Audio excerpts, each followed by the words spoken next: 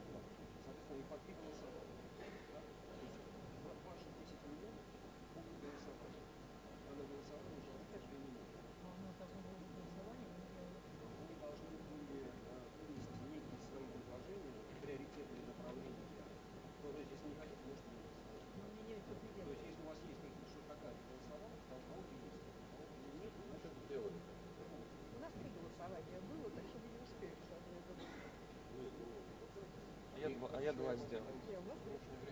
3 на...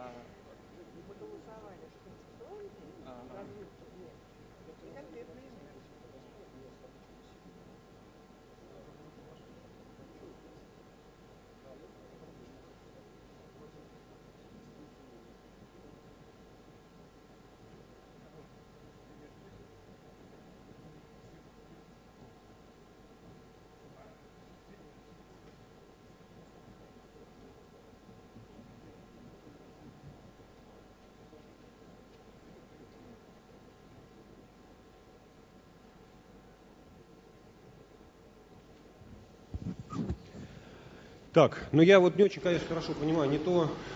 So I do not really understand either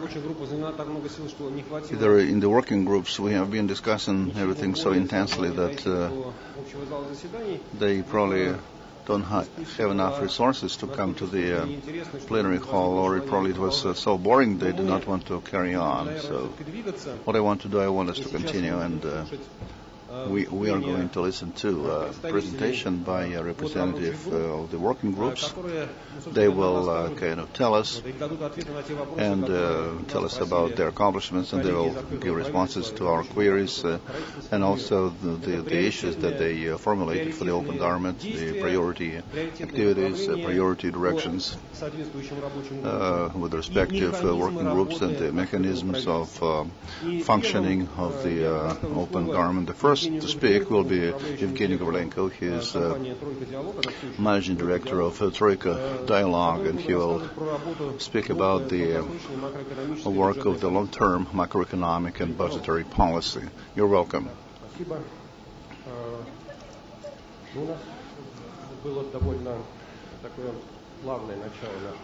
Well, I have to say that we began it very smoothly, and it was quiet, but at the end our discussion became vibrant, and we raised a lot of issues, and it was quite exciting, and largely our discussion was focused on the discussion of the tax system, because it is easier for us to understand, especially the macroeconomic issues and requirements there too, which are not always interesting or exciting. Meantime, whatever applies to all of us, what is everyone's concerns, and changes in the taxation policy are especially interesting for all of us. And meantime, we also managed to come to a more aggregated level, and address what needs to happen in terms of macroeconomic policy, and we came to various conclusions, and the conclusions are quite interesting. The principal presentation that Sergei Rubashevsky presented to us, and this is actually a slide from his presentation, keynote directions. It was the initial version of the open government, how it was concentrated, the need for long-term stabilization of budgetary expenditures and certain changes in their structures, in the expenditures, and the formula, which is known as plus 4 minus 2, that is 4% GDP by 2020 to increase human capital, and 2% reduce expenditures for state apparatus and whatever. And the next item that we also focused on was stability and fairness of the taxation system, the tax system. So stabilization of the budgetary expenditures and maintenance of financial stability required development of financial system and the formation of the macroeconomic conditions. It was the keynote task for us to maintain the conditions so that we could keep inflation down. I would also imagine that by the end of our session, we established a certain consensus that low inflation will be the keynote task for us, so long as it's impossible for us to solve all those issues which we have been addressing so vibrantly.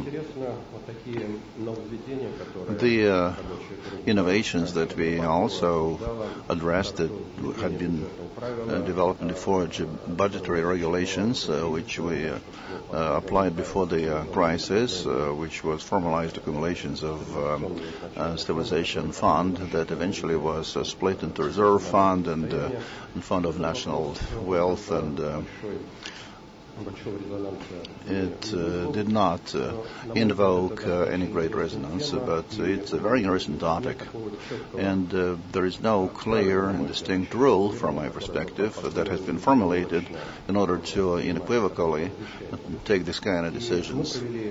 We also established ratings, applied ratings that were expressed by the experts and the participants in the panel, and also from the audience, and we reached a mutual understanding that the global situation, as much as the situation of the Russian economy, will be characterized by quite a bit of uncertainty, because the debt which has accumulated in the developed countries will not dissipate very quickly. It will require some time for it, and the monetary policy in many countries will still be fairly soft. And the deflation of balance of the Federal Reserve and how the balance, how it will deflate, the European Central Bank, which had been inflated very seriously, how it will deflate eventually. All these uncertainties, they create a lot of speculations, including potential prices for oil. And it's not only rumors, but also the efforts of American authorities and American business with regard to the development of non-traditional energy resources like slate gas and slate oil.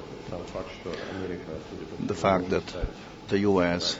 eventually in 1960 is going to become the exporter of the liquefied gas. It will bring about complete reformatting of the gas market. All this produces a lot of uncertainties, and stabilization of budgetary expenditures and prevention of serious budget deficit and reduction of budget rules and regulations has a major role to play. Also, a number of proposals were expressed, and we have 19 or 20 items that we have listed, including privatization and the issues of pension system and many other aspects. And what is most interesting is the greatest positive rating was accredited to the suggestion expressed by the PricewaterhouseCoopers during the discussion when they suggested that citizens, taxpayers, the tax system, development of insurance funds of social expenditures, so that man could consciously decide whether he wants to rely on state services or if he wants to sort of do without them. He can invest into private funds, pension funds. So that was a very interesting proposal. It attracted the greatest rating and the authority of taxes and minimization of extra budgetary transfers. This would be the next in popularity proposal. And another interesting feature of these two proposals, as much as the 4+2 scheme, if you recall what had been happening in the past decade, is the increase of the GDP share and the expenditure for the power structures in a lesser degree to defense and greater degree to national security. And the share of such expenditures in the GDP doubled in the past 20 years up to the year 29. Today, this task, the formula 4 minus 2, it implies you come back to the past experience and the measures that also found support among the participants, decentralization of authority of powers and interbudgetary transfers and the role of consciousness of the taxpayers, and so that they could actually choose what kind of services they would use, private or public, and so that's another return or comeback to the old style, or probably it would be a choice of a more liberal economy. Another thing which is quite interesting, the topic of inflation, which is not too popular, but very often we hear that low inflation is not exactly what we need, that we can do with high inflation as well. And the level of popularity of that premise was comparable with item 2, and maintenance of low level of inflation apparently is the universal recipe that can help us solve all those issues that we have been talking, the development of pension system, which is very important as well. And we had a serious discussion about that. We understand that the accumulation share of the pension system cannot function as it couldn't function in the years 2000 when inflation was higher than the level of income by various structures, and only in case of low inflation can you find a possibility to preserve funds. And as far as the development of insurance funds are concerned, and also accumulation part development the pension system, it's impossible without reduction of inflation, and not only maintaining a level of 5 or 6%, but it should be a more radical reduction in inflation. The structural maneuver also found its support, and it was quite popular in the government, the discussion with regard to the increase of the taxation over extraction of hydrocarbons. It was anti-rating, and again, as much as the additional excise taxes for alcohol and tobacco, I understand that smokers and drinkers were very much against it. But anyway, we have to look seriously at the response among the people, among the experts that were taking part in this in this discussion, maintenance of financial stability, and owing to or through the increase of the share, which seriously depends on the external factors.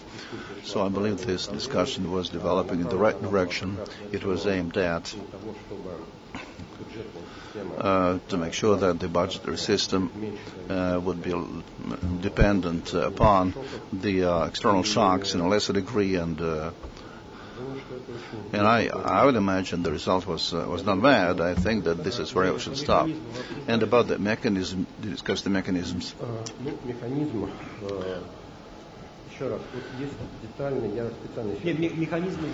Yeah, we're talking the mechanism of interaction between society, public, and the powers. That is the open government. The premise that is against the increase of taxes for the hydrocarbon production.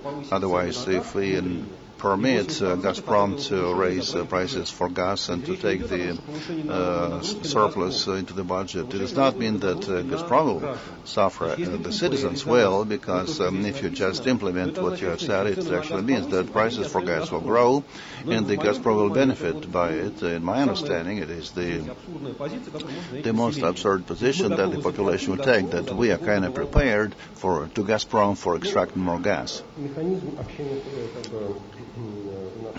In fact, we did not discuss very much the mechanism itself because we mostly focused on the discussion. We discussed the tax system, and I want to emphasize once again increase of taxation for hydrocarbons, which was declared as a measure proposed by the government.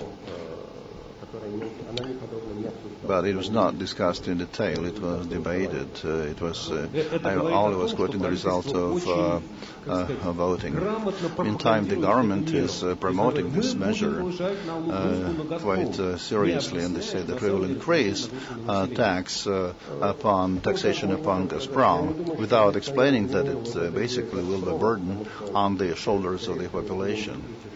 I believe that the discussion was very much focusing on the gas or petrol prices. That's what people were trying to understand how it would be. All right. I understand that you did not have many issues for voting because macroeconomy is a serious topic to be brought to the public discussion. So I would think that, by and large, the open government should better not touch on this issue. I think the most important result that we obtained was that there is a consensus with regard to inflation.